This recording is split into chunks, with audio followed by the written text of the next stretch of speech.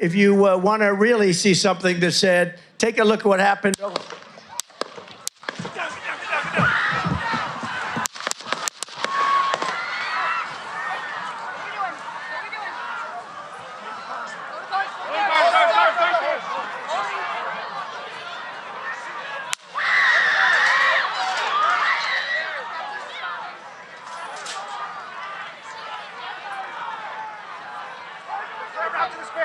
to the spare. Hold. When you're ready. On you. Ready? Move. Up. Move. Go. Up. Hawkeye's here. Hawkeye's here. Move it to the spare. Spare, get ready. Spare, get ready. We ready? Shooters down. Shooters down. Are we good? Shooters down. Shooters down. Are we good to move? Shooters down. We're good to move. We're clear. We're Let's clear. move. We're clear. Let's move. We're clear.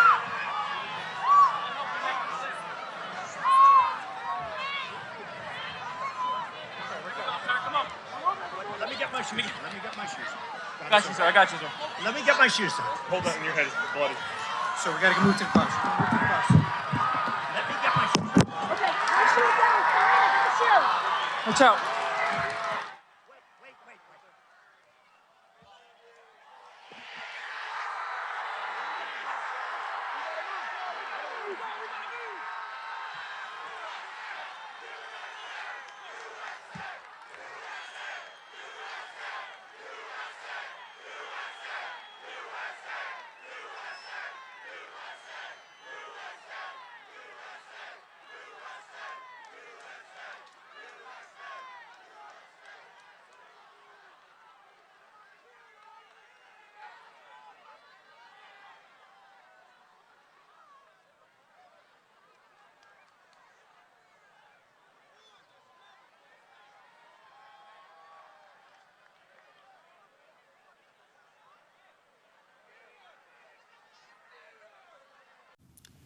My fellow Americans, I want to speak to you tonight about the need for us to lower the temperature in our politics. And to remember, while we may disagree, we are not enemies. We're neighbors, we're friends, co-workers, citizens, and most importantly, we're fellow Americans. We must stand together. Yesterday's shooting at Donald Trump's rally in Pennsylvania calls on all of us to take a step back, take stock of where we are, how we go forward from here. Thankfully, former Trump is not seriously injured. I spoke with him last night. I'm grateful. He's doing well, and Jill and I keep him and his family in our prayers. We also extend our deepest condolences to the family of the victims who was killed. Corey was a husband, a father, a volunteer firefighter, a hero, sheltering his family from those bullets. We should all hold his family and all those injured in our prayers. Earlier today, I spoke about an ongoing investigation. We do not know the motive of the shooter yet. We don't know his opinions or affiliations. We don't know whether he had help or support or if he communicated with anyone else. Law enforcement professionals, as I speak, are investigating those questions. There is no place in America for this kind of violence or for any violence ever. Period. No exceptions. We can't allow this violence to be normalized. You know, the political record in this country has gotten very heated. It's time to cool it down. We all have a responsibility to do that. Yes, we have deeply felt strong disagreements. The stakes in this election are enormously high. Disagreement is inevitable in American democracy. It's part of human nature. But politics must never be a literal battlefield, or God forbid, a killing field. I believe politics ought to be an arena for peaceful debate, to pursue justice, to make decisions guided by the Declaration of Independence and our Constitution. We stand for an America, not of extremism and fury, but of decency and grace.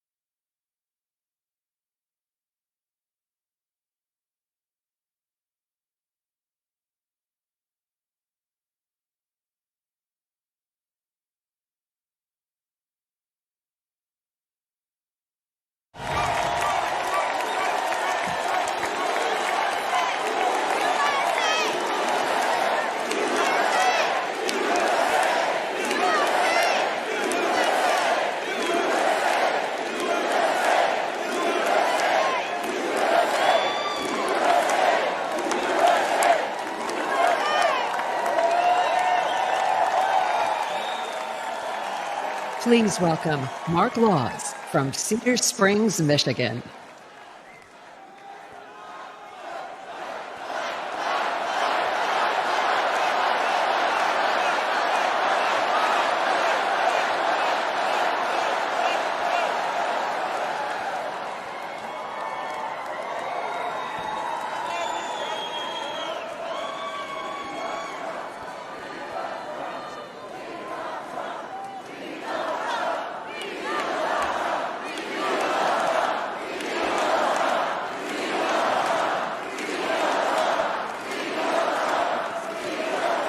I do want to discuss briefly what happened on Saturday. I've not had a chance yet to publicly talk about it, but I will say a few words about the attempt on the life of former President Trump over the weekend.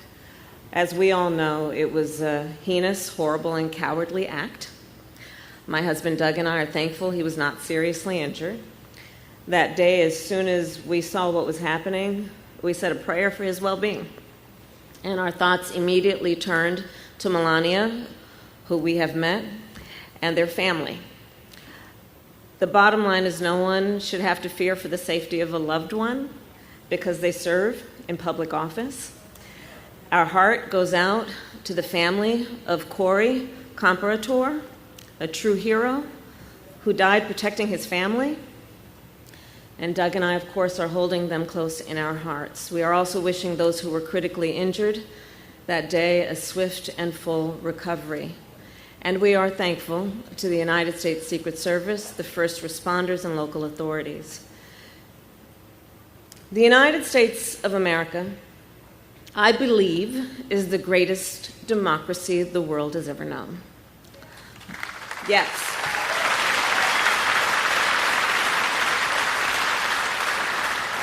But in the aftermath of this weekend's shooting, one of the questions we now confront is about the way we should engage with one another in this campaign. On Sunday evening, our President Joe Biden issued a call for unity. And there must be unity around the idea that while our nation's history has been scarred by political violence, violence is never acceptable. There can be no equivocation about that. Let me begin this evening by expressing my gratitude to the American people for your outpouring of love and support following the assassination attempt at my rally on Saturday.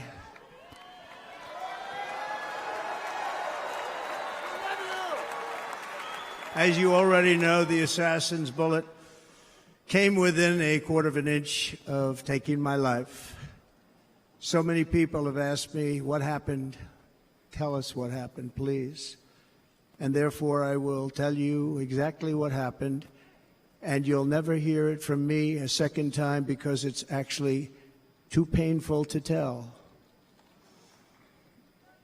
It was a warm, beautiful day in the early evening in Butler Township in the great Commonwealth of Pennsylvania. Music was loudly playing, and the campaign was doing really well. I went to the stage, and the crowd was cheering wildly. Everybody was happy. I began speaking very strongly, powerfully, and happily, because I was discussing the great job my administration did on immigration at the southern border. We were very proud of it.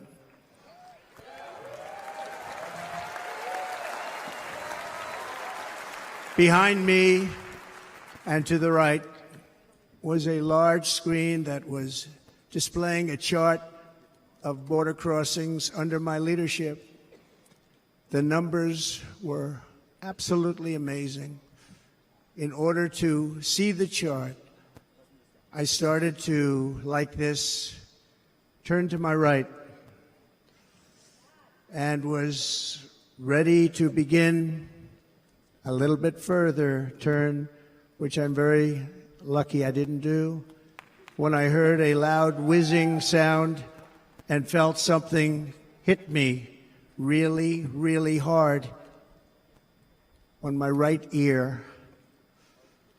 I said to myself, wow, what was that? It can only be a bullet.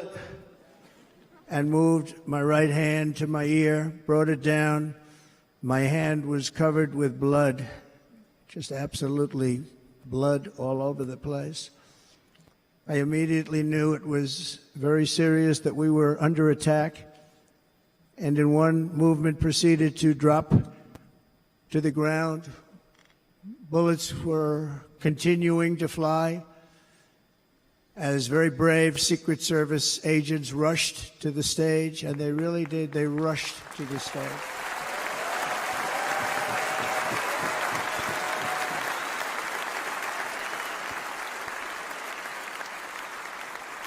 These are great people at great risk, I will tell you, and pounced on top of me so that I would be protected.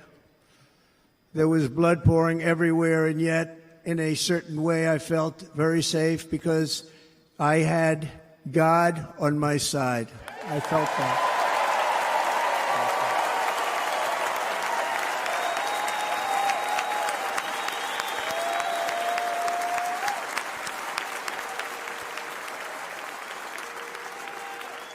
The amazing thing is that prior to the shot, if I had not moved my head at that very last instant, the assassin's bullet would have perfectly hit its mark, and I would not be here tonight. We would not be together. The most incredible aspect of what took place on that terrible evening in the fading sun was actually seen later. In almost all cases, as you probably know, and when even a single bullet is fired, just a single bullet, and we had many bullets that were being fired, crowds run for the exits or stampede, but not in this case. It's very unusual.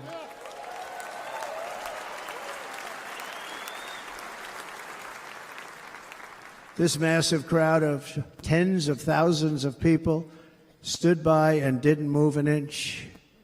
In fact, many of them bravely but automatically stood up looking for where the sniper would be. They knew immediately it was a sniper, and then began pointing at him. You can see that if you look at the group behind me. That was just a small group compared to what was in front.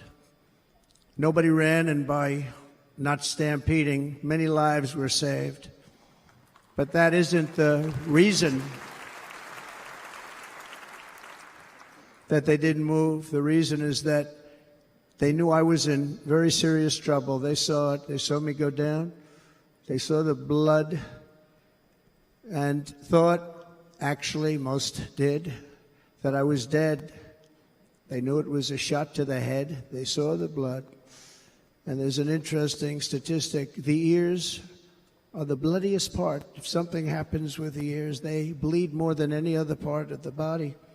For whatever reason, the doctors told me that. I said, why is there so much blood? He said, it's the ears. They bleed more. So we learned something, but they just,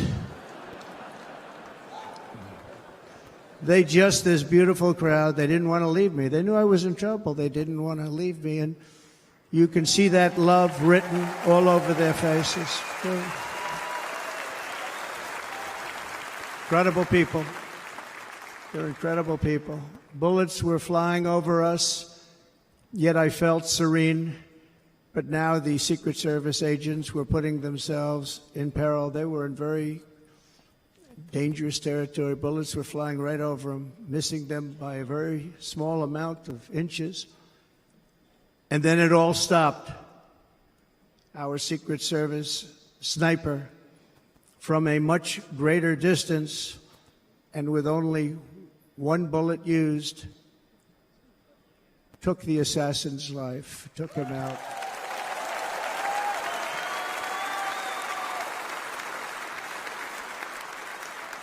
I'm not supposed to be here tonight.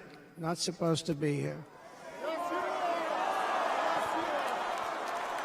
Yeah.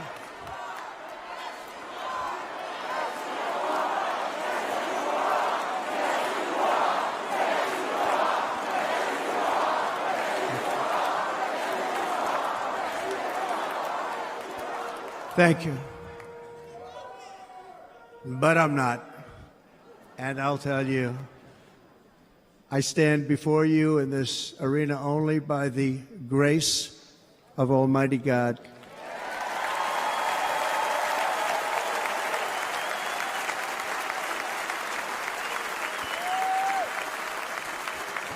In watching the reports over the last few days, many people say it was a providential moment. Probably was. When I rose surrounded by Secret Service, the crowd was confused because they thought I was dead, and there was great, great sorrow. I could see that on their faces as I looked out. They didn't know I was looking out. They thought it was over. But I could see it, and I wanted to do something to let them know I was okay. I raised my right arm, looked at the thousands and thousands of people that were breathlessly waiting, and started shouting, "Fight, fight, fight."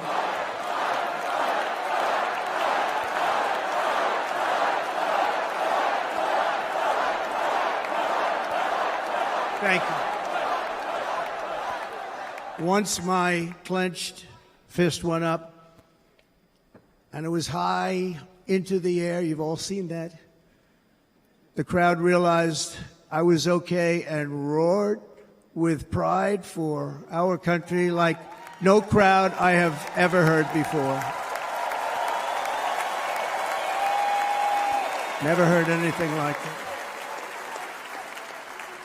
For the rest of my life, I will be grateful for the love shown by that giant audience of patriots that stood bravely on that fateful evening in Pennsylvania. Tragically, the shooter claimed the life of one of our fellow Americans, Corey Comperatore. Unbelievable person, everybody tells me. Unbelievable. And seriously wounded, two other great warriors. Spoke to them today. David Dutch and James Copenhaver. Two great people. I also spoke to all three families of these tremendous people. Our love and prayers are with them and always will be. We're never going to forget them. They came for a great rally. They were serious Trumpsters, I want to tell you. They were serious Trumpsters and still are. But Corey, unfortunately, we have to use the past tense. He was incredible. He was a highly respected former fire chief, respected by everybody. Was accompanied by his wife, Helen, incredible woman. I spoke to her today, devastated, and two precious daughters. He lost his life selflessly, acting as a human shield to protect them from flying bullets. He went right over the top of them and was hit. What a fine man he was.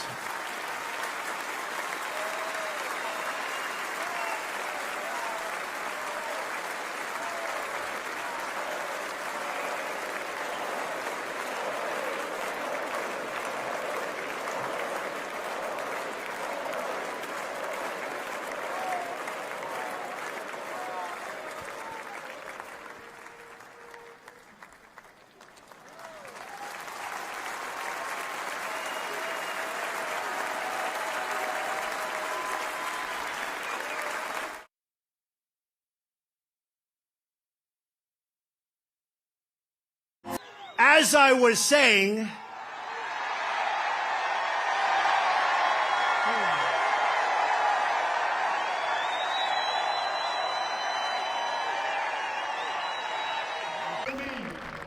we will carry on and we will continue to fight. But friends, I want to just let you know that tonight I returned to Butler in the aftermath of tragedy and heartache to deliver a simple message to the people of Pennsylvania and to the people of America. Our movement to make America great again stands stronger, prouder, more united, more determined, and nearer to victory than ever before. We're going to make America great again. Going to win the election. Going to win the election. Is to build their plants and factories in America.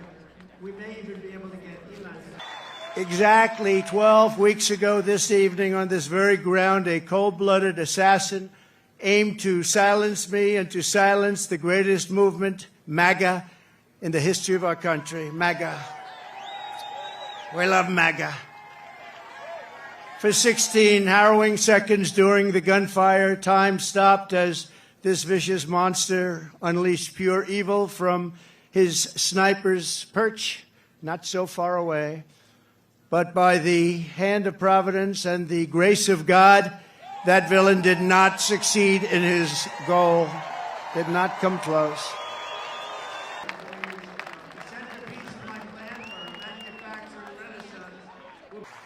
And of course, there's one more hero who could not make it back here tonight because he is no longer with us, right? You know who that is, right? Corey, our beautiful Corey. Corey is not with us tonight, and he should be. And we all miss him. He's become somewhat of a folk hero, I have to tell you. Who is with us is his beautiful wife and daughters and relatives, sister. Where is he? Come on up here, Elon. He created the first major American car company in generations, and his rocket company is the only reason we can now send American astronauts into space. Come here. Take over, Elon. Yes, take over. As you can see, I'm not just MAGA, I'm dark MAGA. Well, first of all, I want to say what an honor it is to be here. And, you know, the true test of someone's character is how they behave under fire. And we had one president who couldn't climb a flight of stairs, and another who was fist pumping after getting shot. Fight, fight, fight! Blood coming down the face. Now, vote, vote, vote. Fight, fight, fight. Vote, vote, vote. Thank you.